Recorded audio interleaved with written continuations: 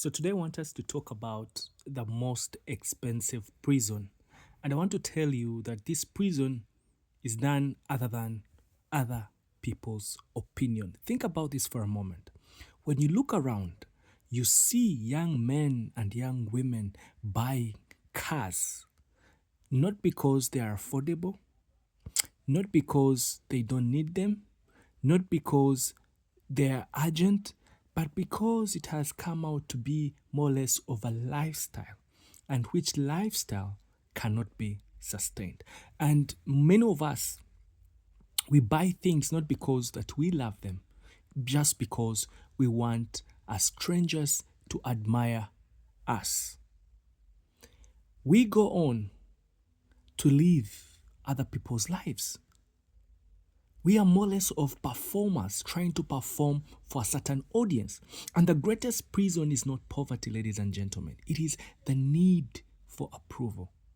Today we have seen this on social media, which has more or less created a generation that feels rich when admired and poor when ignored.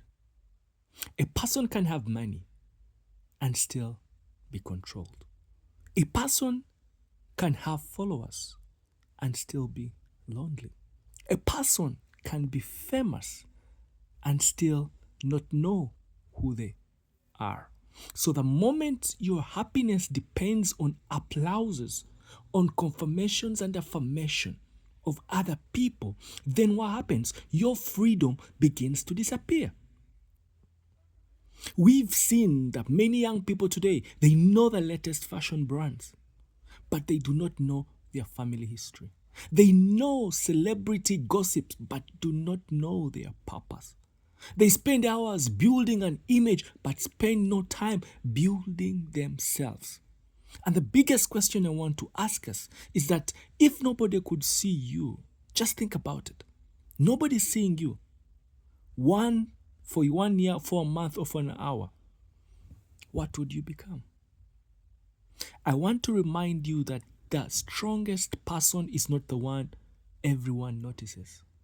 The strongest person, ladies and gentlemen, is the one who still knows who they are when nobody is watching.